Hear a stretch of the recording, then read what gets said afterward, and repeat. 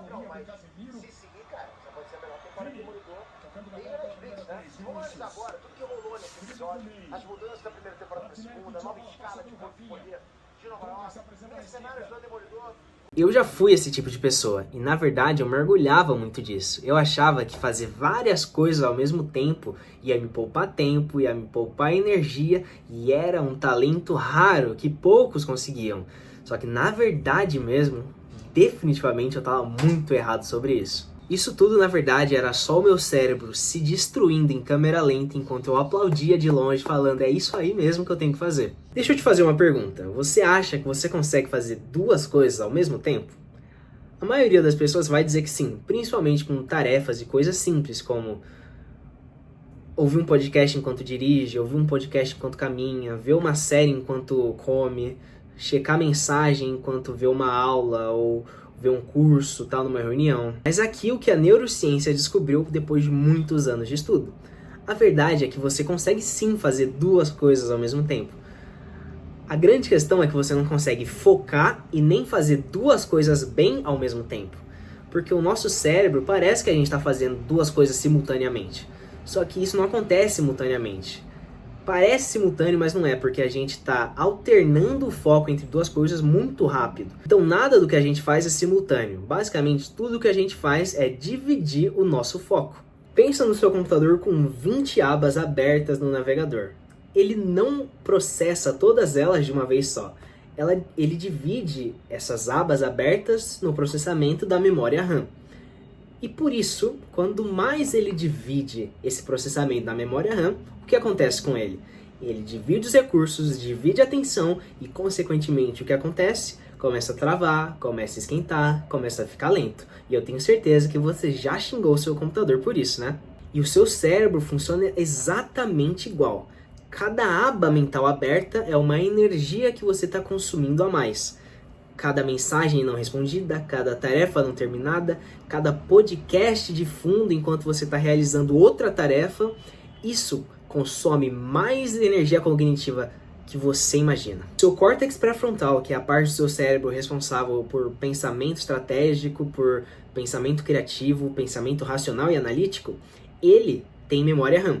Uma memória RAM limitada. Então, multitarefa não é nenhum tipo de superpoder. Multitarefa é simplesmente a sua memória RAM, só que sem memória. Tem mais, quando você vai lá no seu computador, fecha uma aba e abre outra, ele precisa de um tempo para processar.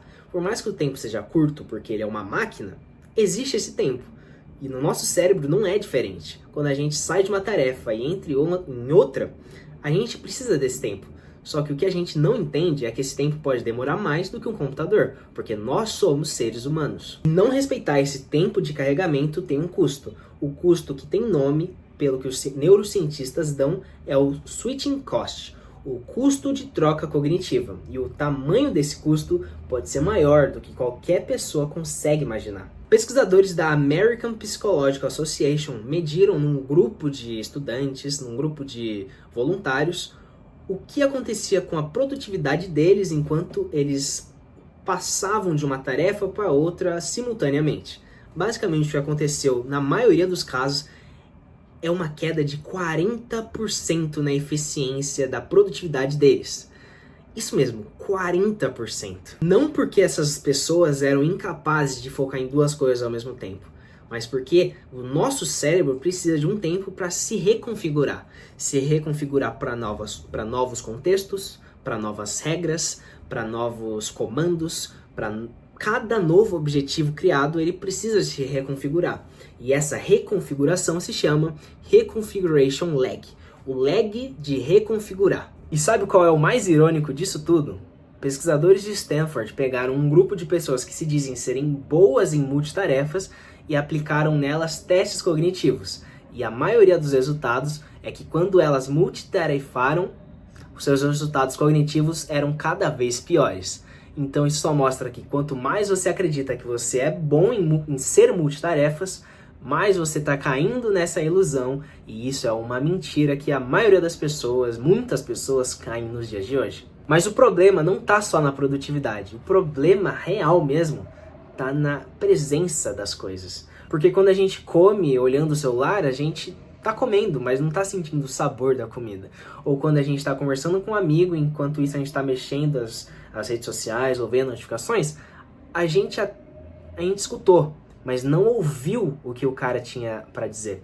Ou então quando a gente lê um livro, escutando uma música ou escutando um podcast, a gente passou o olho sobre um monte de palavras, mas a gente não entendeu o real significado que as palavras estão querendo trazer pra gente. A multitarefa não te rouba só a eficiência das coisas. A multitarefa te rouba também a experiência, e é da experiência que a vida é feita. Eu pessoalmente percebi isso num jantar em família. A gente estava todos reunidos em volta da mesa, cada um com seu prato de comida na frente, só que eu estava com o celular debaixo da mesa, mexendo nele, mandando mensagem, vendo as notificações. Uma hora minha mãe começou a puxar assunto e começou a falar, só que eu estava fisicamente presente, mas não mentalmente presente, porque mentalmente eu estava em qualquer outro lugar, menos na conversa. E quando eu percebi, a conversa já tinha mudado de assunto e o momento tinha passado.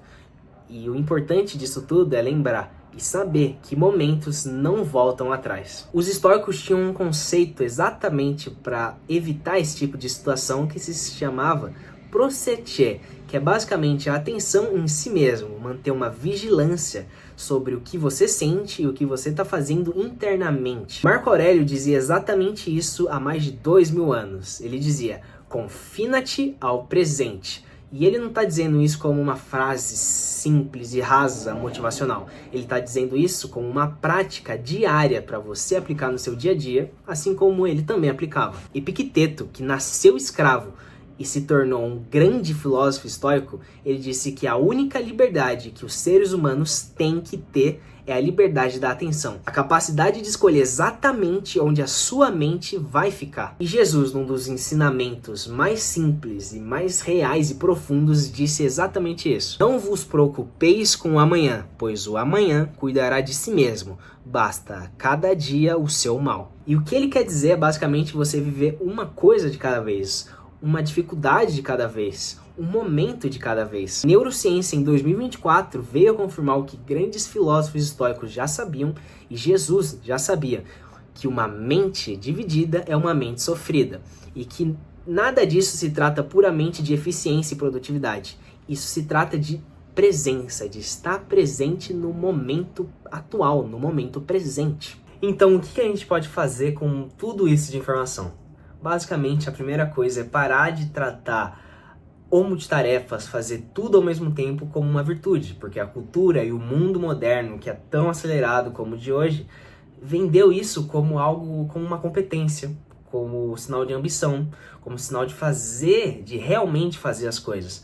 Só que quando você faz tudo de uma vez, você na verdade não está se dedicando bem a nenhuma dessas coisas. Mas tentar dar conta de tudo ao mesmo tempo, na verdade também é dar o seu pior em cada uma dessas coisas. Fazer uma única coisa de cada vez não é fazer menos, é fazer cada coisa do melhor jeito que você consegue. Outra coisa que você pode fazer ainda hoje é escolher uma só refeição do seu dia para você comer sem usar nenhuma tela, sem celular, sem série, sem podcast, sem YouTube, nada. Só você, as pessoas que estão ao seu redor, se tiverem pessoas, e a comida. E se você quer ir além e transformar isso numa prática real da sua vida, saiba que eu estou no meio de um desafio de 30 dias sem multitarefas. Sem multitarefar, focando só em uma única coisa. E eu tô comentando tudo no meu Instagram. O que funcionou, o que não funcionou, o que mudou a minha mente, o que mudou o meu trabalho, meus relacionamentos, literalmente tudo. Porque não é pra ser um desafio perfeito, onde eu não mostro nenhuma falha, nenhum defeito, só coisa boa e perfeita. Não é pra ser isso. É pra ser algo honesto, algo que seja verdadeiro comigo e com vocês. E se quiser acompanhar ou fazer junto, me segue lá na @tranquilimais no Instagram para acompanhar tudo. A sua atenção é o bem mais escasso que você tem e você pode e deve escolher aonde ela vai ficar. Porque aonde está a sua atenção, aí também está a sua vida.